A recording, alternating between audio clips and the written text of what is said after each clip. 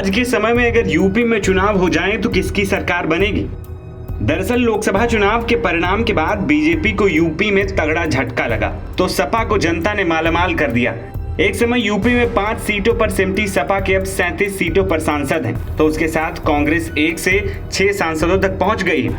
ऐसे में लोगों के मन में सवाल आया कि अगर यूपी में लोकसभा चुनाव के नतीजों को विधानसभा चुनाव में परिवर्तित कर दिया जाए तो कौन आगे होगा?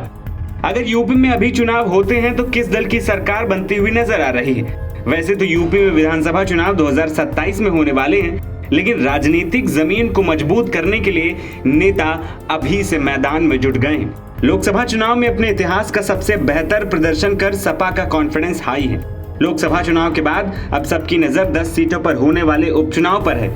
इस बीच सामने आई एक रिपोर्ट ने अखिलेश यादव और उनकी पार्टी को खुश होने का एक और मौका दे दिया है। दरअसल यूपी में लोकसभा की 80 सीटें तो वहीं विधानसभा की 403 सीटें। ऐसे में अगर लोकसभा चुनाव के परिणाम को विधानसभा की सीटों के हिसाब से जानने की कोशिश की जाए तो परिणाम क्या होगा? दरअसल अभी तक चुनाव होने पर जीतने वाले गठबंधन के बारे में जानने के लिए लोकसभा चुनाव नतीजों के डेटा का इस्तेमाल किया गया है। आसान भाषा में समझे तो हर लोकसभा क्षेत्र के विधानसभा सीट पर कौन सा दल आगे रहा है। उदाहरण के लिए अगर फैजाबाद में बीजेपी को हार मिली तो इस क्षेत्र की 4 विधानसभा सीटों पर बीजेपी को जीत मिली या नहीं। इस आधार पर चुनाव के लिए डेटा इकट्ठा किया गया जो ये बता रहा है कि अगर अभी चुनाव होते हैं तो किसकी सरकार बन सकती है। दरअसल अगर लोकसभा चुनाव के नतीजों को विधानसभा में परिवर्तित किया जाए तो अखिलेश यादव और राहुल गांधी की पार्टी वाले इंडिया गठबंधन को 224 सीटों पर जीत मिल सकती है। समाजवादी पार्टी को सबसे ज्यादा बढ़त मिलती हुई नजर आ रही है। मुख्यमंत्री योगी आदित्यनाथ की पार्टी बीजेपी के नेतृत्व वाले एनडीए गठबंधन को 174 सीटें ही मिली।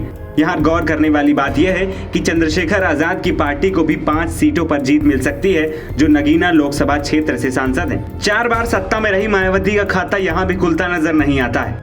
यूपी में विधानसभा की 403 सीटें हैं, जिसमें बहुमत के लिए 202 सीटों की जरूरत होती है। ऐसे में अगर अभी चुनाव होते हैं तो इंडिया गठबंधन बड़ी आसानी से बहुमत के आंकड़े को पार कर सकता है। लेकिन फिलहाल चुनाव को 2 साल का समय है। ऐसे में समीकरण बदल सकते हैं, जिसके लिए बीजेपी ने यूपी को मजबूत करने के प्लान भी बना लिए हैं। ऐसे में देखना ये होगा कि अखिलेश 27 तक इस जनाधार को अपने हाथ में रख पाते हैं या फिर बीजेपी अपना गणित सुधार कर बाजी मार जाएगी। एनबीटी ऑनलाइन की रिपोर्ट।